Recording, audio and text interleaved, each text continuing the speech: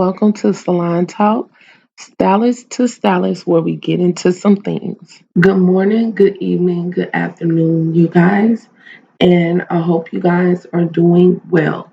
So, in today's podcast, I would like to highlight something I have been through multiple times on my journey as a professional hairstylist, and that is having an empty chair. So, what do I do when I don't have anyone booking, when it looks very, very slim to none when it comes to my work week?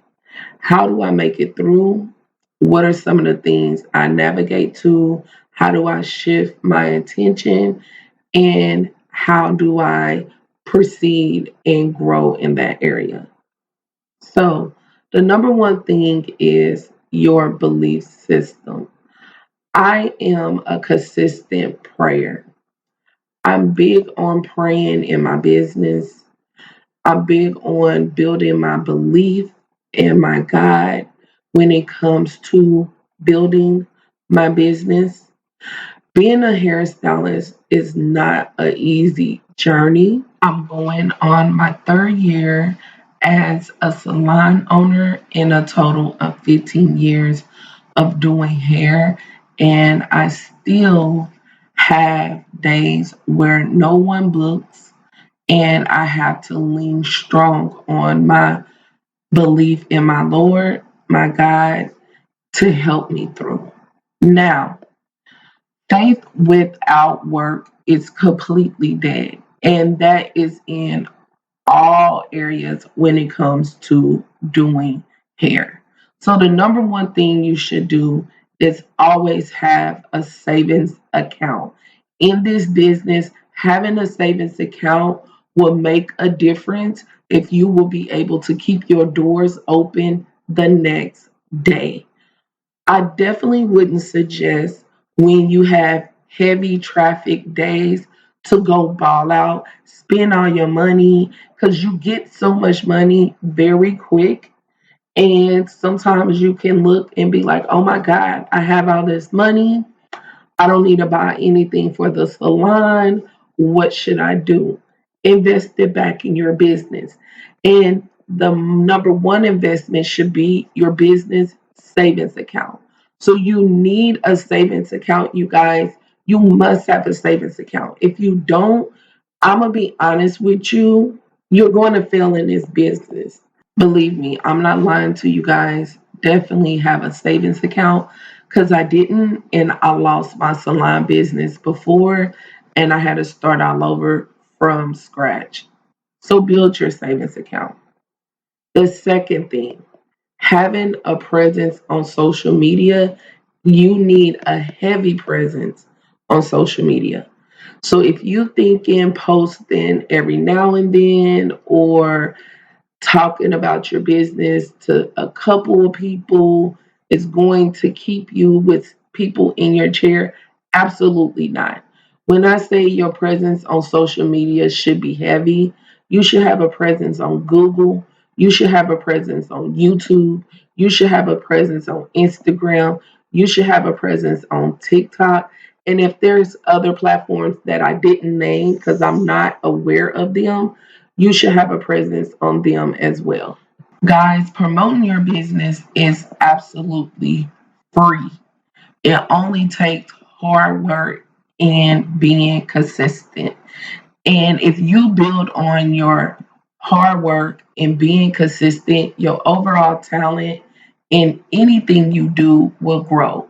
So you might be asking yourself, like, oh my God, I'm not great at taking pictures, or I'm not great at sitting down talking to people on the camera, or I'm not great at doing a podcast. Could be consistent, continue to do it, and your talent and your skills will grow over time.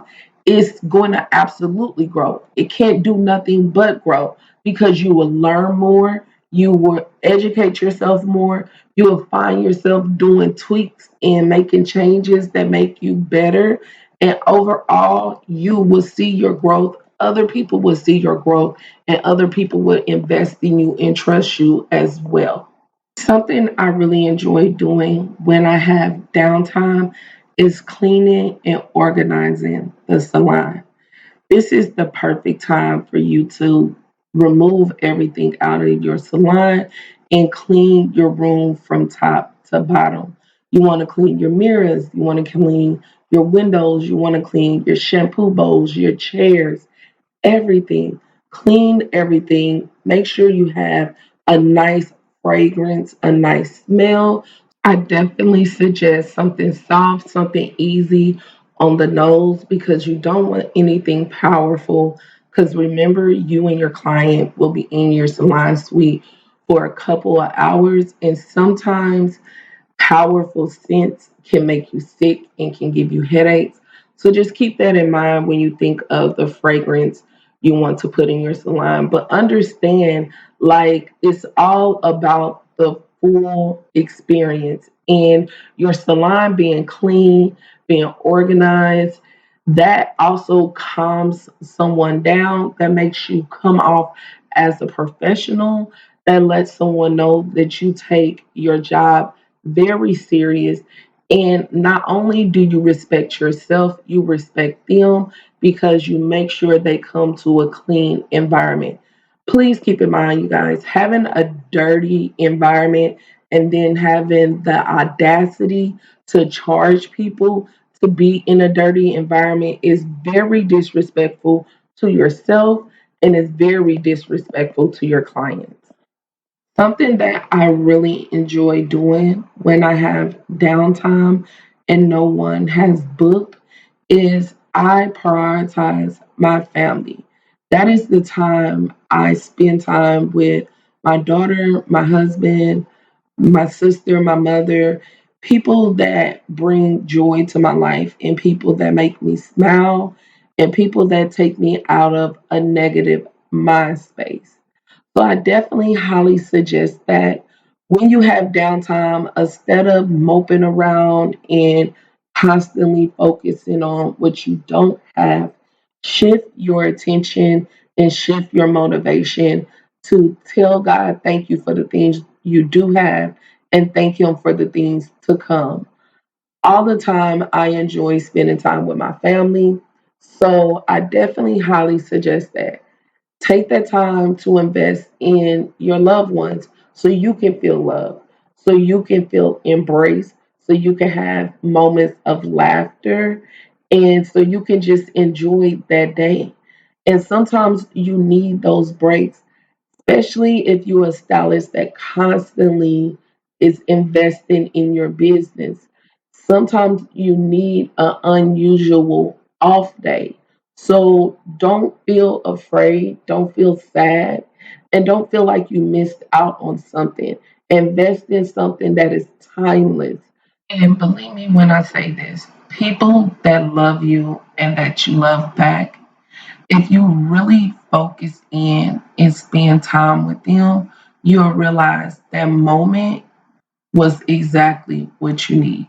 Do you know who needs to hear from you? Your old clients. So, one thing I like to do is take out the time to reach back out to clients that I have already done their hair because you don't really have to convince these people about your talent because they already experienced it.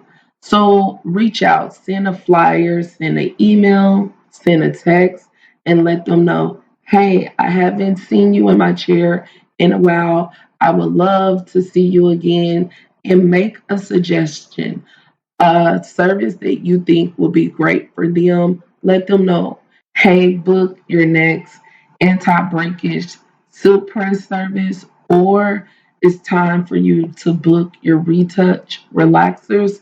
Just let them know that they are on your mind and you want to get them back in your chair.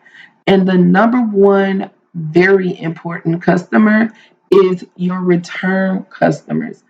I used to think, and this was me being uneducated and running a business, I used to think your new clients is important. but actually, your return clients is important. Now, when you are looking at it on the scale, both is equally important. But what I am saying is your return clients will keep you with money because they will continue to return to you. They will talk about you to other people and they will bring new people to you. So don't just focus on your new clients and give all your great work to your new clients and make your new clients feel comfortable and make sure your new clients feel like you are a professional. Your return clients should feel the same way. You should keep that same professional momentum on both. Okay, you guys, so we're coming to the end of today's podcast. And you know, I always like to end every podcast with something to encourage you about failure. And I was looking at this quote and it really touched me because it's so, so true when it talks about failing in life. So I would like to leave you guys with that quote. If you aim high, even if you fail short, you still likely be ahead of majority of people. So this quote really stuck in my heart because it made me understand that failure is just part of the journey and it's something you shouldn't be ashamed of and it's also something you shouldn't be sad about. You just get up, dust yourself off and remember all the things you learned in trying and always keep that in mind so you won't feel like that again and never be embarrassed and give yourself a round of applause for even trying. And remember, you're doing better than half of people out here because some people would never step out the box and take the risk because they live in fear. So, thank you guys for listening to today's podcast, and I'll talk to you next Wednesday. Bye.